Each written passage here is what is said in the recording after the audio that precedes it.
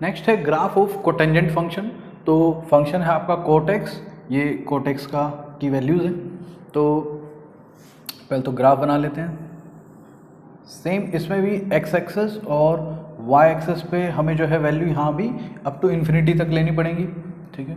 तो यहाँ हम कुछ वैल्यू 1 2 और ऊपर जाता रहेगा, यहाँ -1 -2 और यहाँ ये 0 एंगल है, देन π/2 पाई 3π/2 और 2π। सिमिलरली नेगेटिव में -π/2 -π -3π/2 और -2π। तो नाउ कॉटेक्स में अगर 0 पे देखें, यहाँ 0 पे ही वैल्यू इनफाइनाइट है, क्योंकि देखिए अगर ये ग्राफ यूनिट सर्कल से भी हम देखें तो जो कॉटेक्स है, कॉटेक्स होता है बेस अपॉन हाइपोटेनस। तो अगर इस ट्रायंगल में देखें बेस ए है और हाइपोटेनस क्या है b, तो कॉटेक्स की वैल्यू होती है a/b, मतलब पहले x एक्सिस की वैल्यू फिर y एक्सिस की वैल्यू। तो अगर हम 0 डिग्री पे इस पॉइंट पे देखें 0 डिग्री पे, तो a की वैल्यू तो क्या है 1 है, लेकिन b की वैल्यू क्या हो जाएगी 0। तो कॉटेक्स क्या आ जाएगा यहाँ पर 0 डिग्री पे, कॉट 0 डिग्री जो है वो हो जाएगा, a की वैल्यू तो है 1 लेकिन b की वैल्यू 0 है, और 1/0 क्या होता है, नॉट डिफाइंड, ठीक है। तो ये आइदर पॉजिटिव इन्फिनिटी भी हो सकता है और नेगेटिव इन्फिनिटी भी हो सकता है। तो किधर से आ रहा है, नेगेटिव से आ रहा है, पॉजिटिव से आ रहा है, वो हम जज करेंगे आगे की वैल्यूज से, ठीक है। तो आगे की वैल्यूज अगर हम देखें तो 0 से लेके 90 तक ये जो वैल्यू है ये पॉजिटिवली डिक्रीज होती है, ठीक है। वैल्यू पॉजिटिव रहती है लेकिन डिक्रीज होती है। जैसे कि यहाँ पर जो है ये आपने देखा इनफाइनाइट आया, उसके बाद अगर हम 30 डिग्री पर देख रहे हैं तो 30 डिग्री पर √3 आ रहा है, √3 मतलब 1.73। उसके बाद 45 पे 1, तो 1.73 से देखो 1 कम हो गया। उसके बाद 60 डिग्री पे ये 0.5 के करीब आ गया, उसके बाद ये 0 हो गया, ठीक है। तो यानी कि पॉजिटिव इन्फिनिटी से ये वैल्यू कम होते होते 0 पे आ रही है, ठीक है। 10x के फंक्शन में आपको डिटेल में बता दिया, तो इसमें डिटेल में जाने की जरूरत नहीं है ज़्यादा। तो ये जो है इन्फिनिटी से वैल्यू जो है डिक्रीज होते होते 0 पे आ गई, ठीक है, π/2 पे। उसके वही सेम यहाँ पर भी ग्राफ रहेगा कि लास्ट के एंगल्स में जो है वो कम डिक्रीज होती है, शुरू में ही एकदम फॉल आ जाता है, ठीक है। तो सिमिलरली π/2 से आगे जब हम 0 से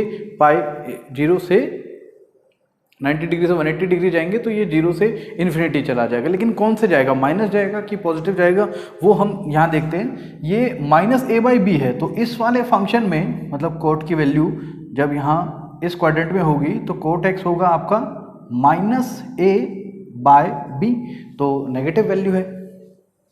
तो जब यहाँ तक पहुँचेगा तो a की वैल्यू क्या होगी, माइनस में बहुत बड़ी होगी एज कम्पेयर टू b के, जो कि माइनस लगभग 1 के इक्वल होगी और ये लगभग 0 के इक्वल होगी, तो वो -इन्फिनिटी के करीब फिर जाएगा।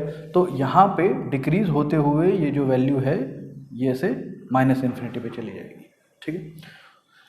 उसके बाद थर्ड क्वाड्रेंट की बात करें तो थर्ड क्वाड्रेंट में ये दोनों नेगेटिव होते हैं, तो कोट एक्स की वैल्यू जो है थर्ड क्वाड्रेंट में -a/-b, नेगेटिव से नेगेटिव कट जाएगा, ये पॉजिटिव रहेगी। तो इस क्वाड्रेंट में इस वैल्यू को जो है अगली में पॉजिटिव रहना है, तो पॉजिटिव है। और यहाँ पर इनफाइनाइट से ये वैल्यू एग्जैक्टली अगर हम 3π/2 की बात करें तो cot 3π/2। अब इस पॉइंट पे देखिए, इस पॉइंट के कोऑर्डिनेट क्या होंगे, x एक्सिस की वैल्यू जो है वो तो 0 है और y एक्सिस की वैल्यू क्या है, -1, क्योंकि यूनिट सर्कल है ना, तो ऊपर अगर 1 है तो नीचे -1 होगा। तो यहाँ 0/-1, ठीक है, तो इसकी वैल्यू 0 होगी। तो 3π/2 पे जो वैल्यू है वो 0 है, और इस पूरे क्वाड्रेंट में अगर हम देखें वैल्यू पॉजिटिव है। पॉजिटिव है तो मतलब पॉजिटिव इन्फिनिटी से इस तक वैल्यू डिक्रीज करके पहुंची है, क्योंकि आप देख सकते हो वैल्यू जैसे जैसे इधर जाती जाएगी तो जो a की वैल्यू है वो तो कम होती जाएगी और b की वैल्यू बढ़ती जाएगी। तो नीचे वाले डिनोमिनेटर की वैल्यू जब बढ़ती है और ऊपर वाली की वैल्यू कम होती है तो वो नियरली इक्वल टू 0 चली जाती है, ठीक है।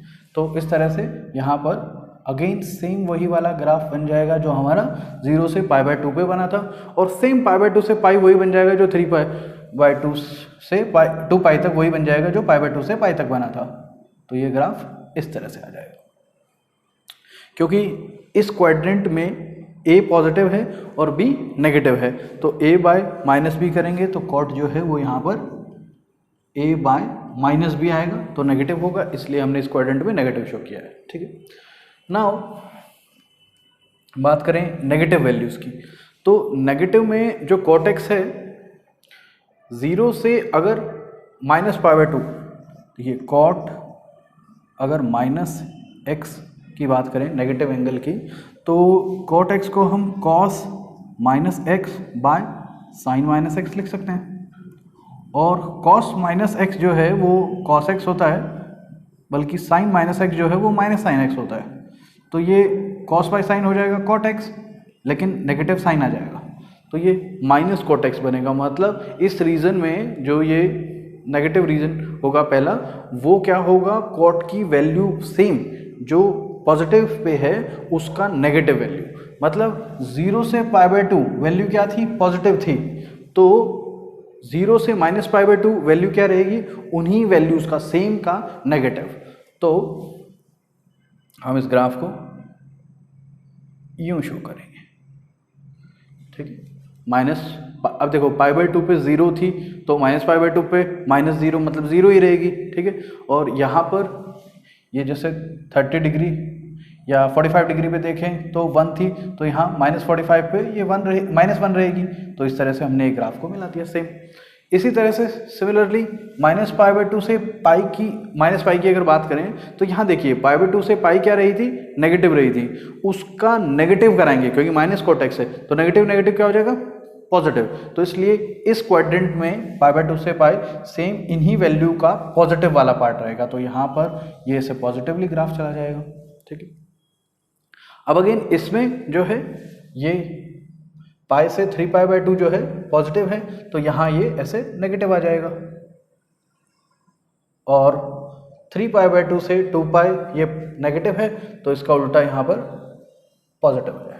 ठीक है, तो ये है cot x का ग्राफ। अब इसके डोमेन और रेंज की बात करें, डोमेन होता है एंगल की वैल्यू जो हम इसमें पुट कर सकते हैं, तो x can be any real value, क्योंकि हम एंगल कोई भी पुट कर सकते हैं, लेकिन इसमें भी ये इन्फिनिटी आ रहा है, यहाँ इन्फिनिटी आ रहा है, यहाँ इन्फिनिटी आ रहा है। तो आप देखो 0 पे इन्फिनिटी है, पाई पे है, 2π पे है, आगे 3π 4π हर पाई के मल्टीपल पे होगी। तो हम कह सकते हैं x should not be equal to n π, और n जो है यहाँ पर कोई भी इंटीजर हो सकता है, पॉजिटिव और नेगेटिव, क्योंकि नेगेटिव पे भी आप देख सकते हो -π पे इन्फिनिटी है, -2π पे इन्फिनिटी है। ठीक है, तो ये हो गया डोमेन। उसके बाद बात करें रेंज की, तो यहाँ भी आप देख सकते हो जो आंसर आ रहा है, मतलब y एक्सेस की जो वैल्यू है वो -∞ से पॉजिटिव इन्फिनिटी तक हर वैल्यू पॉसिबल है, तो इसकी रेंज हो जाएगी -∞ to ∞। ये था कॉट का ग्राफ।